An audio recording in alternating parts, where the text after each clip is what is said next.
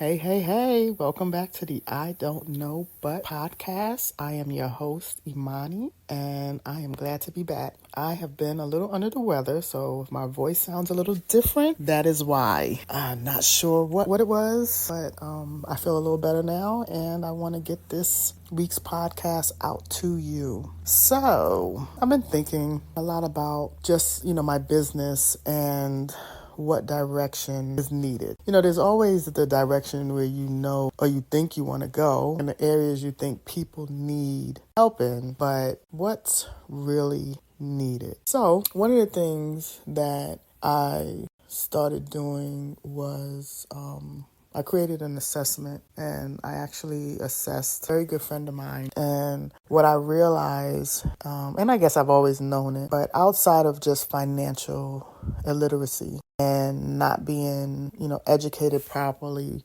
while we were in probably grade school, junior high, high school. And, for those who made it to the college level, definitely, not knowing how to start the adulting and not living off of our parents. I said to myself, what other things could contribute to financial issues? And what I realized for myself as well as others is our internal belief system is definitely one thing that contributes to financial issues. So I don't know about you, and I guess I'm going to be very transparent, but growing up, I grew up in what they would consider the projects, Queensbridge housing in Queens, New York. And, while my grandparents, I would say my grandfather was middle class.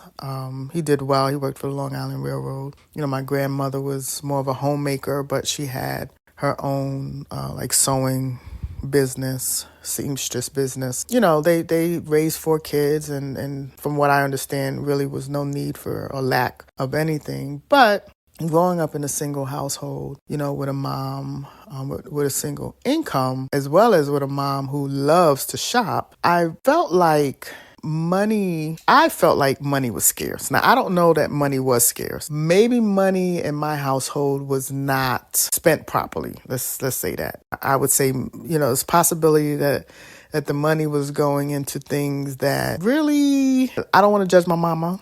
I just want to say that for me, in comparison to some of the things that my friends had, I didn't believe that money was easy to come by. My mother was the type to shop daily, so we never had a refrigerator full of food. We ate out every now and again. We may have had Chinese food or something of that nature. My mom did not make lunches for me to go to school. She would give me about $2 a day. I think it was about $2 a day or $1.50 a day. And, that went a long way back in the day. But I would, purchase whatever I was going to eat for lunch for school each day. But as far as like toys, the newest fashion and all of that, my mom was very fashionable, but I felt like I didn't have what my friends had. And so in my mind, money was scarce. And because in my mind, money was scarce, I grew up with a lack mentality, a scarcity mentality.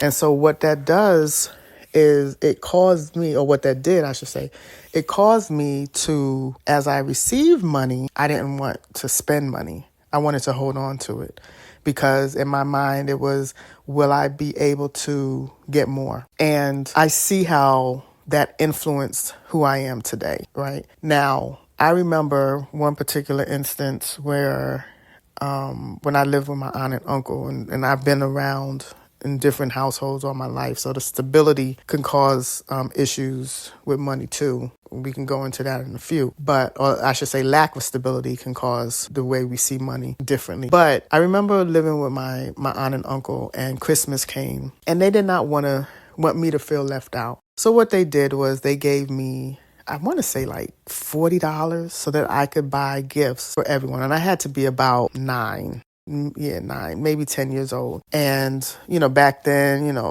Toys R Us was open 24 hours. during the Christmas holiday. A lot of the mall was just open like that back in the day. So here I am with this $40, and I'm like, okay, I want to, they were kind enough to give me this money to buy gifts. And in the household at the time were my 4 cousins, my aunt and my uncle, so 6 others, and myself. And, you do the math, you're like, okay, 6 goes into 40, about six times and some change, right? And back then you probably could have gotten something really nice for that amount of money. But in my mind, I'm like, I don't know when I'm going to see this kind of money again. So what is the cheapest gift that I can get everybody and still hold on to some money? Because money wasn't flowing to me like that. No one was giving me allowances for cleaning up and all of that. I didn't receive that. I grew up just different. I didn't have access to cash in that way. I know I talked in previous podcasts about, how my grandfather would, make me earn my money. Money just did not flow naturally easy to me, like for some people. But what I realized also is that the people who give easily, money does tend to flow back to them easily. It's just, yin and yang and, the flows of life. That's just how it goes. But I took this money, I tried to find, the cheapest gifts, or least expensive gifts that I could find for everybody, and, try to hold on to some cash in my pocket, because like I said, I didn't know where I would see this. But I say all that to say that because of my childhood and, the mentality behind the money, I grew up to be a certain type of person. I grew up to hold on to money probably a little tighter. I like to call myself thrifty. I'm not stingy. I'm not selfish or anything like that, but I am thrifty. I will search for a deal. I will, look around, especially now that we have the internet, and I'll say to myself, okay, I want some 100% natural aloe vera gel. Where can I find it the cheapest at? The least expensive for the same product, same amount of ounces and, all that good stuff. Compare and contrast. That's how I think. Is it good? Is it bad? I'm indifferent about it. It works for me. But I know I'm like that because of how I grew up. So what I want you guys to do is I want you to sit back, right? And really look at yourself and who you are today and how you manage your money, how you spend your money, how you budget your money, how you think about money. And I want you to say, where did it start? What did I experience when I was a child? What did I see? Did I get allowances? Did somebody teach me how to save properly? Was I able to just spend everything I had and money just kept coming to me? Was I always gifted money? Did I earn money? Did I have a paper route? I remember helping my cousin with his paper route, folding up the papers and throwing them or, in front of the people's houses and the apartments and stuff back in the day. And, getting a little piece of the money, from doing that. But look back at your life and really say, okay, what was my thoughts surrounding money? When I asked my mom or dad to buy me something, what was their response? Did they get snippy or snappy at me? Did they say, oh, you don't deserve that? Even though you did, it's just that they didn't have the money. They had to find some kind of excuse. Oh, you didn't clean your room. Oh, you didn't wash the dishes. Oh, you didn't do well on your studies. I'm not giving you anything because you didn't do this, you didn't do that. Is that because they just didn't have it, or did you really just not earn it? Look at all of those things and ask yourself, why do I think the way I do about money? What causes me, or what caused me to have these thoughts surrounding money, the thoughts that I have today? Because what I can tell you is once you really dig down into that understanding, you'll see how you can, I don't want to say correct it, because it may not need to be corrected, but you'll see how maybe possibly if you are in a financially struggling situation, or, maybe not struggling, but you want to do better with it, you'll see how you got there. It really does help to understand where you came from in any area of your life. It makes a big deal as to why and where you are today. I can tell you that's definitely what has caused me to understand where I'm at today. But once you sit down and you think about that, write it down, write everything. I call it the belief system. Write the belief system down and take a hard look at it and see okay, can I change my beliefs in this area? Does it make sense to change my beliefs in this area? Would it benefit me to change my beliefs in this area? For myself, as I'm getting older, I understand that money is everywhere, right? There are people who have an abundance of money, cash on hand. They're waving it in front of everyone. It's easy come, easy go, right? And there are people out there who really struggle, who don't know, how or if they're going to be able to pay a bill or, buy food for their families. I completely understand that. The belief system that we have, I think, in many ways dictates what we have currently. So we have to learn to change our belief system, because the one thing that I know for sure and true for certain is that if you believe that you'll be provided for, now you may not know where it's coming from. You may not know. You just may wake up one day and it's there. But if you believe it wholeheartedly that you will be provided for and that you'll lack for nothing, it's going to flow to you. Money will flow to you. I will tell you a story. I'll never forget this. A friend of mine had contacted me and he wanted me to help him locate a rental because he wanted to go down south. In my mind, I'm saying to myself, I'm like, so why do people always call you to get stuff done for them? Because they know I'm going to find it and they know I'm going to find it at the cheapest price. So after I got over this in my head, why is he always calling me to do stuff for him? And I said, you know what, I'm going to help him. I started looking around and I found, what I considered, based off of my research, the best deal for him. So I told him about it. It's like I told him with excitement. I was actually, after I got past the why they always calling me for stuff, I actually got excited about it because I said to myself, I said, you know what? I have a gift with that. Let me help him because I know that's not his gift. That's not his area of expertise. So I gave him this price. I think it was like $500 and some odd dollars. And it was almost like because I gave. Now, I didn't give him financially. I probably gave him where he didn't have to spend time. So he got some time back. If you want to monetize the time, it was about $500 and some odd dollars. So after I got off the phone with him, I received a phone call. And at the time, my house had my bathroom had some water damage in the walls, pipes, whatever. So I had put in a thing for the insurance, a claim for the insurance. And, they had already paid me out. But the lady contacted me from the insurance company and she said, Imani, she said, let me ask you a question. She said, was anything in your house outside of what you claimed damaged? So she started listing some things. I said, well, you know what? I completely forgot. And I did. I was not lying. I was not being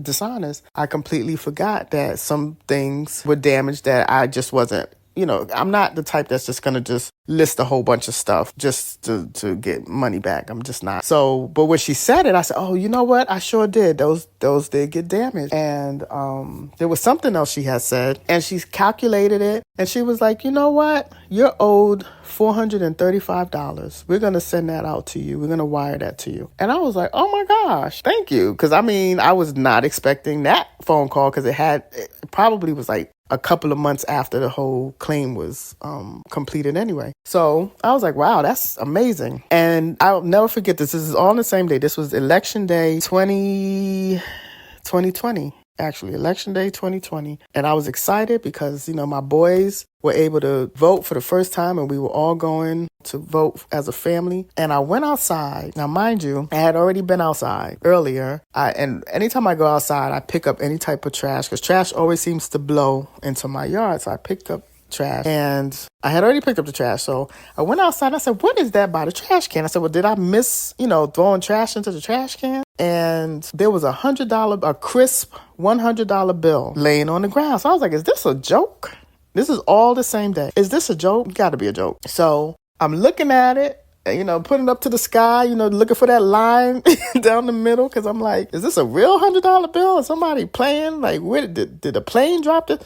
Where did this $100 bill come from? And sure enough, it was a real $100 bill just sitting by my trash can near my car. And I was like, okay. So I literally had $535 flow to me in a matter of a couple of hours. I didn't work for it. It wasn't something one, I didn't really need it, but I was grateful. But it's like, it just flowed to me. It just came. And I was like, wow. But I felt like it was because I gave of my time to help someone else. And I understood that money flows to you easily if you have a belief system, if you're not so tight in that area of money. Not the easiest to explain, but it really is something that once you get it and understand it, and I'm hoping and praying that as you listen to my podcast, to these podcasts, that you will understand that it starts with the mind. It starts with transforming your mind. And just like anything, I always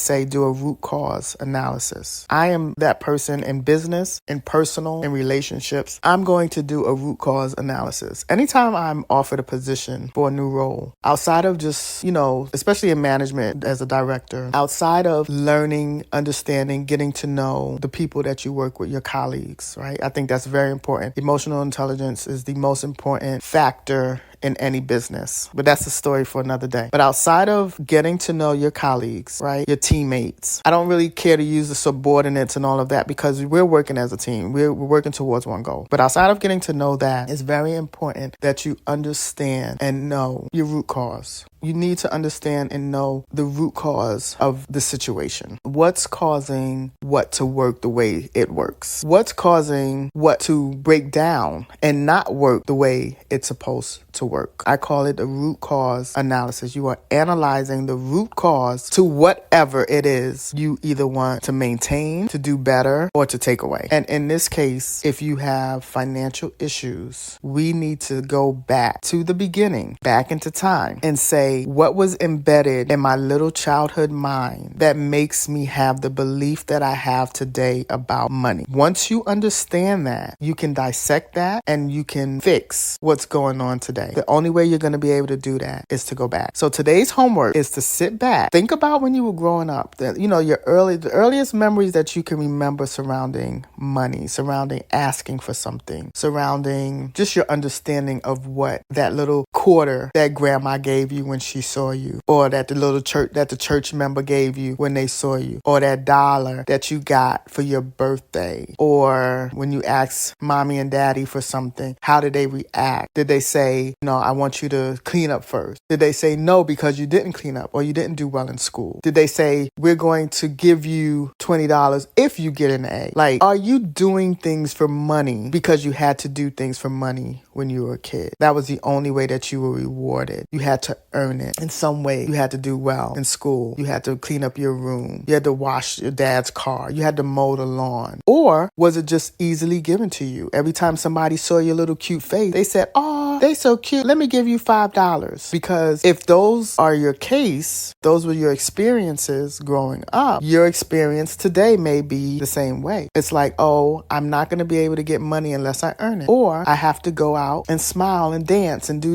this for the crowd in order to get money. I'm telling you, when you really, really sit back and you think about it, there's a reason why you are the way you are today when it comes to money. Now, let's briefly talk about stability. When you are in a situation where you have no stability, you're living from here to there to here to there. And this is we're still going back. We're still living, as children in our mind. We're going back there, not realizing, you don't know what's coming, whether you're going to get a brand new pair of shoes for school, to start school. You'll be the only person without a new outfit and hairdo, or you don't know whether or not you're going to be able to eat. Just the instability that comes sometimes in life. It can always cause you to be tighter with your money, always. So that's important to take a look at as well. And then you may be the complete opposite. You may be a very carefree person with your money. You may be the type of person that says, you know what? I didn't have those type of experiences. I didn't live in a household where money was tight. I lived in a household where it was free. So now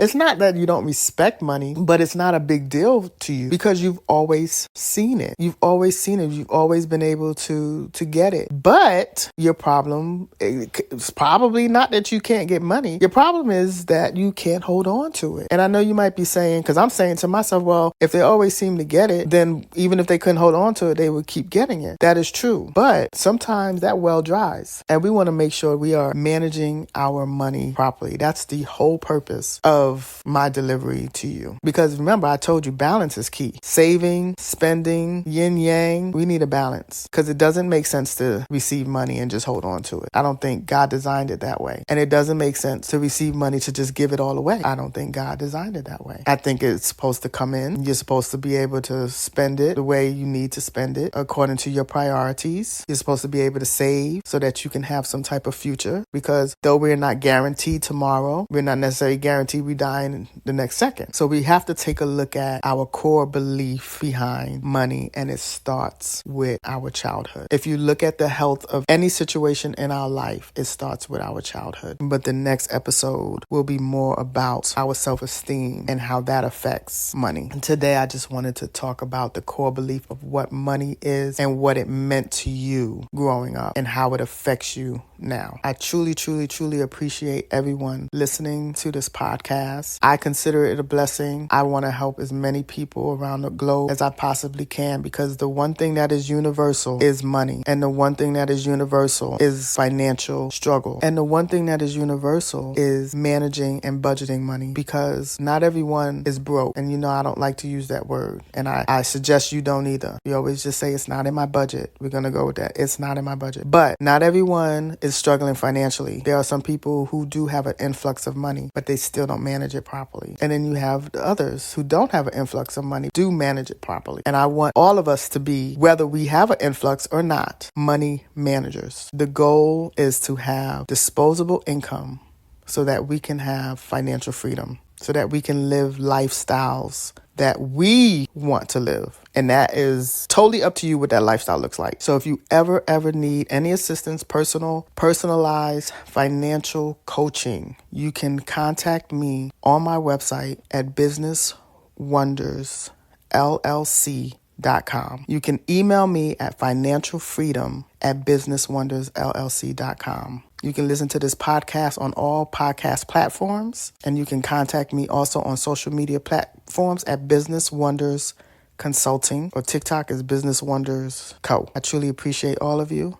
I love you, and until next time, bye-bye.